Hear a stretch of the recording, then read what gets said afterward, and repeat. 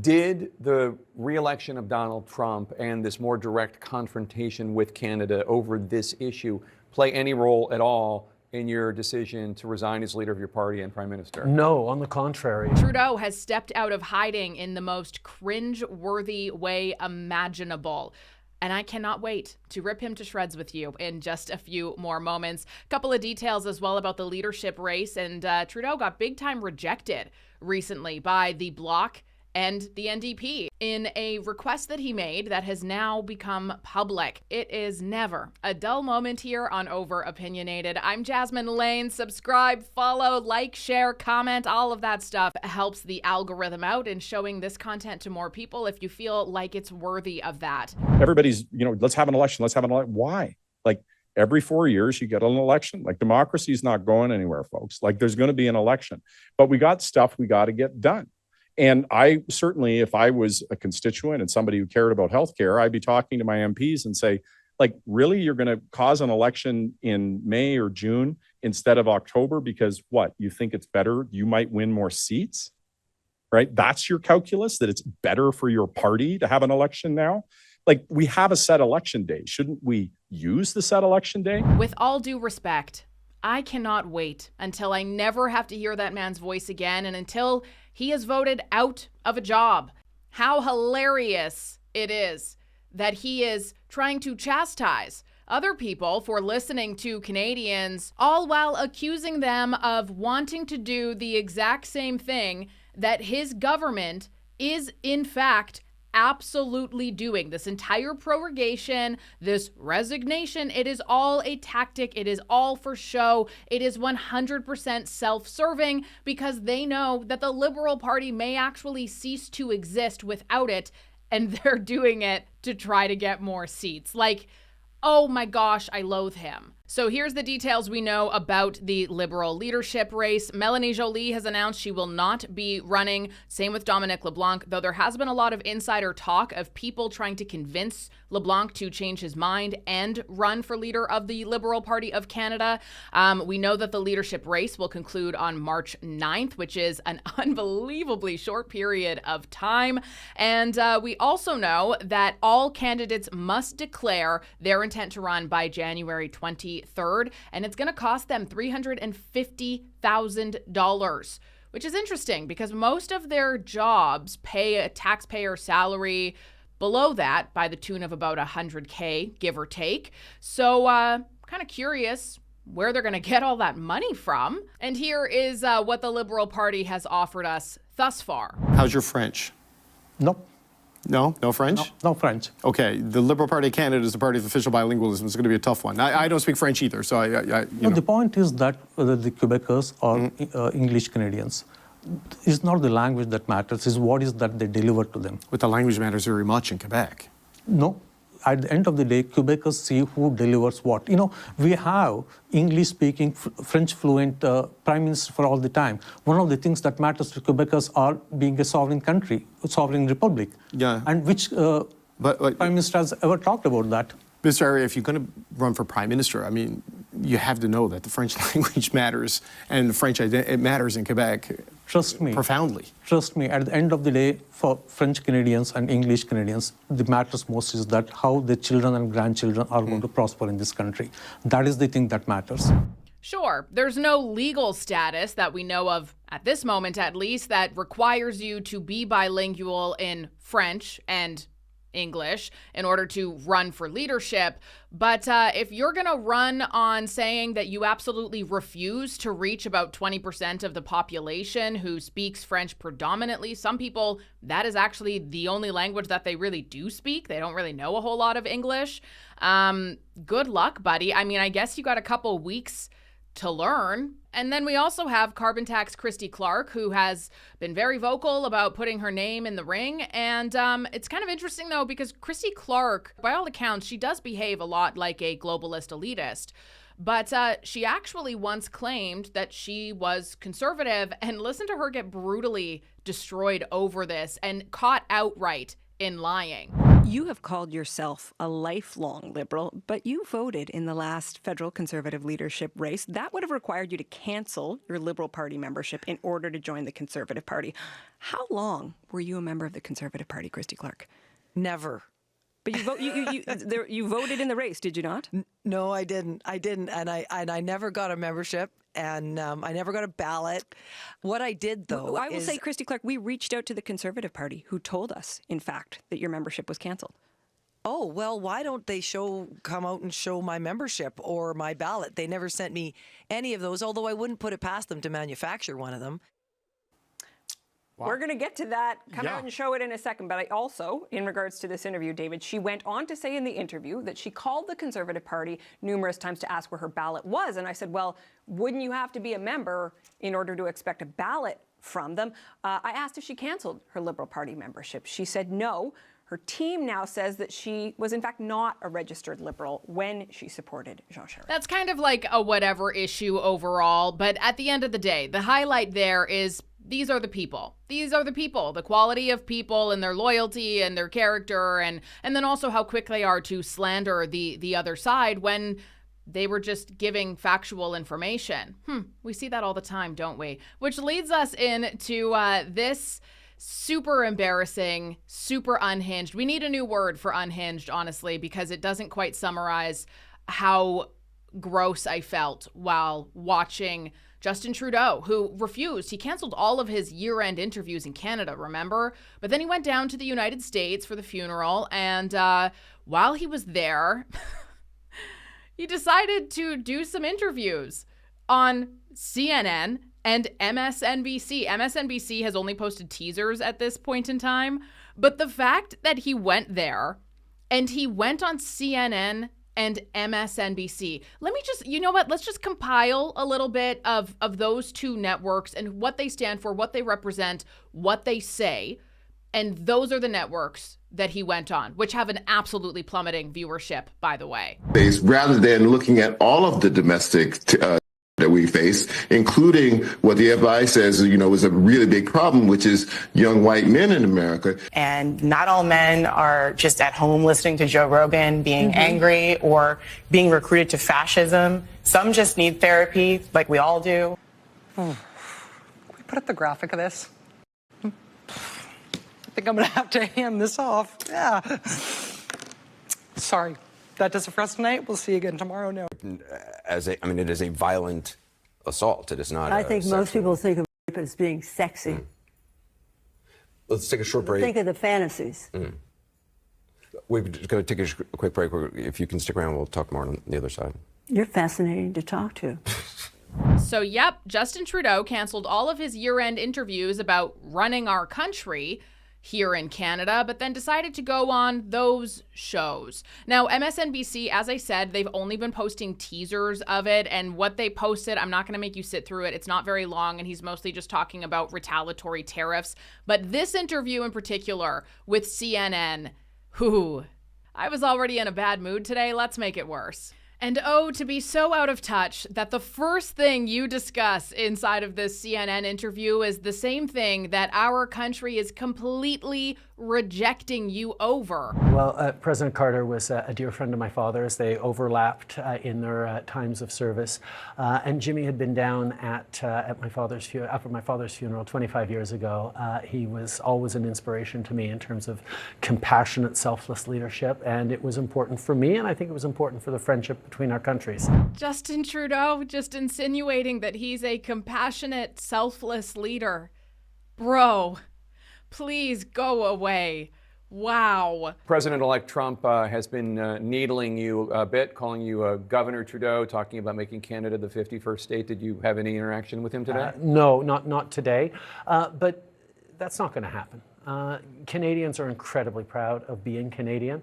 One of the ways we define ourselves most easily is, well, we're not American. What does that even mean? I've never heard somebody say that. Have you heard somebody say that before? There is such a depth of pride that's not actually an issue. A depth of pride. Have you seen the recent statistics, my friend? By 2060, Muslims will be the biggest religious group the world over. What are you going to do then? Actually, are you going to oppose Sharia even then? We have families, we are making babies. You're not. Our population is going down the slump. One day we can have a Muslim majority nation here in Canada. Right in your face. You say that you want Sharia law to displace Canadian law. That doesn't sound very respectful. In majority, you wouldn't have any other option, my friend. Islam doesn't endorse gayism. Islam doesn't endorse homosexuality. The gay people are doing is against the commandments of God. Probably because Justin Trudeau made a very great effort to completely wipe out and insult every single person who so much as said that they had national pride in their country. No. If you were proud to be Canadian, that meant that you were an Istorophobe or you were a radical extremist. That was the messaging from Justin Trudeau. Turns out that a post-national country doesn't really work so well. I'm a political refugee from Iran. I've been to prison, I've been under Islamic law, and I know how it starts and I know how it ends. And it always starts with the, for some reason, unity of left and Islamists, and it scares me. So I came here to be free. I chose Canada as my second home to be live in a free country.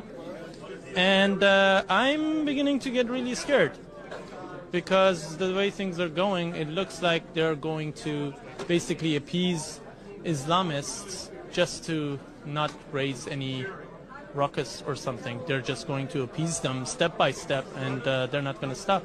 They see it as a sign of weakness, so they're going to take more and more, and I'm against that. I believe Canada should be free, and freedom of speech is something that nobody can take. And just listen to this extreme BS, which of course you can say loud and proud on channels like MSNBC and CNN. That's kind of what they do over there. But unfortunately, doesn't really resonate well with people, because we know that you're lying. We know that you are gaslighting us, and we know that all of our problems are 100% political because of you, Mr. Trudeau, and every single person in your cabinet who was so radically left that you allowed all of this to happen in the first place. But hey, it's not their fault. No, it's never, ever their fault, ever. It's yours, Conservatives. Your disapproval rating had to do with, as I understand it, discontent with your government because of high inflation and the economy, and also because of immigration policies. Those are also issues that the left-wing party in this country has faced a lot of disapproval of and just lost an election over. It seems like voters in both of these, liberal democracies are sending a message to left-wing parties, liberal parties. We don't like how you're doing the economy when it comes to inflation. We don't like how you're doing immigration. There are a lot of feelings involved. I mean, if you look at the actual numbers, inflation in Canada was lower, came down quicker. Our economy bounced back faster after the pandemic than anyone else's, including the United States. We're projected to grow faster than the United States and all other G7 countries next year. Our economy is doing very well. Our economy is not doing very well. The reason why he is able to lie about those misleading numbers is due to the increase of our population. That allows his government to see a very temporary spike in all of the above categories due to new people, new jobs, more demand on certain things, and new money coming into the country from those people sometimes. Those numbers, though, are not sustainable. Every single person who knows anything about the economy, who knows anything at all about the reporting and data from high immigration, knows this. And many people have been signaling for a very long time that that was probably what his intent was when he allowed for rapid mass migration that was completely unsustainable for our country, was so he would be able to mislead people and say, our economy is doing so good, everything is doing so good, our GDP per capita, debt ratio, blah, blah, it's all so good. But it's not. It is a lie, and it is a very temporary spike before imminent disaster, because you cannot maintain the amount of people and the amount of need that you have for XYZ. Trudeau knows this. Chrystia Freeland knows this. The immigration ministers, they all know this. Everybody knows this. Like, everybody who wants to see through it is seeing through it, because we see right through you. When someone's paying $8 for a head of lettuce. It doesn't matter that you're doing better than they are in Spain or somewhere else. There's a sense that, okay, something's got to give. And that's where incumbents are in trouble everywhere everywhere around the world, not just in our two countries. The issue, though, is that in a time of crisis, responsible politics is around focusing on things that actually make a real difference in people's lives. We delivered $10 a day childcare. We're delivering a dental care program that provides free dental care to people who don't have coverage. We're moving forward on putting a price on pollution that puts more money in the pockets of 8 out of 10 Canadians, of middle-class Canadians.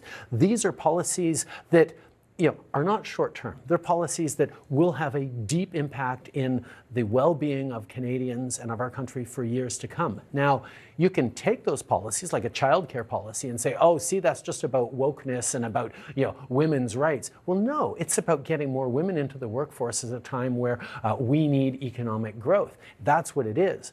But when you get I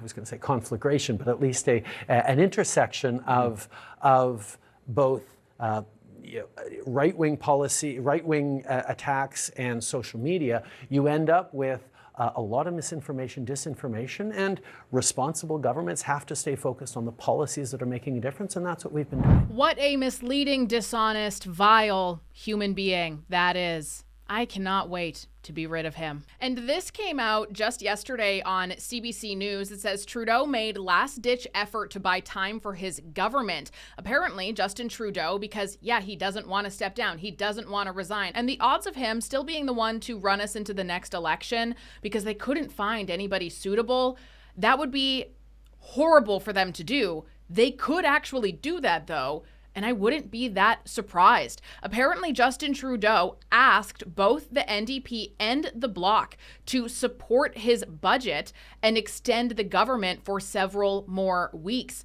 Sources say the day after announcing he would resign on Monday, the Prime Minister personally called the leaders of the New Democratic Party and the Bloc. He wanted to obtain a commitment from one or the other to vote in favor of the budget appropriations, a vote of confidence at the end of March, once prorogation had passed. So typically how this works is once Parliament resumes, the Speaker of the House will give some big old statement and there will be a vote of confidence at the end of that speech. Following that, the Liberal government will also then go and release what their budget is so that they can do everything that they need to do for the next year. So he was asking them to, in advance, say that they will support whatever his budget is. And if they had said yes, it actually would have been possible for the Trudeau government to push off the confidence motion from the Speaker of the House after that speech. It would kind of be a little unprecedented, but it is actually possible to do that. And then when it came time for the confidence vote in regard to the budget that the Liberals will be announcing, they could have already secured support for his government. However, to our shock, at least from one of the two parties, both the Bloc and the NDP refused, and they said that they are going to be standing by their promises to bring down the government at the first opportunity, leaving Trudeau literally pretty well no options that are ethical at the very least. Trudeau didn't resign just to make it easier for Trump to take over Canada. The fact is he resigned because he's very unpopular now. And if he ran again, he'd have to face this guy, Pierre Poilievre. He's the leader of the Conservative Party. And based on this interview, he's a pretty intimidating dude. On the topic, I mean, in terms of your sort of strategy currently, you're obviously taking the populist pathway. What does that mean? Well, appealing to people's more emotional levels, I would guess. I mean, certainly you tap. A lot of people would say that you're simply taking a page out of the Donald Trump book. Like which people would say that? Well, I'm sure a great many Canadians, but. Like who? I don't know who, but... Well, you're the one who asked the question, so you must know somebody. God damn, that's a power move. I haven't seen someone dominated like this since I watched Baby Girl. Tell you what, America's not getting Canada from him. Get on your knees. You're our province now. Good girl.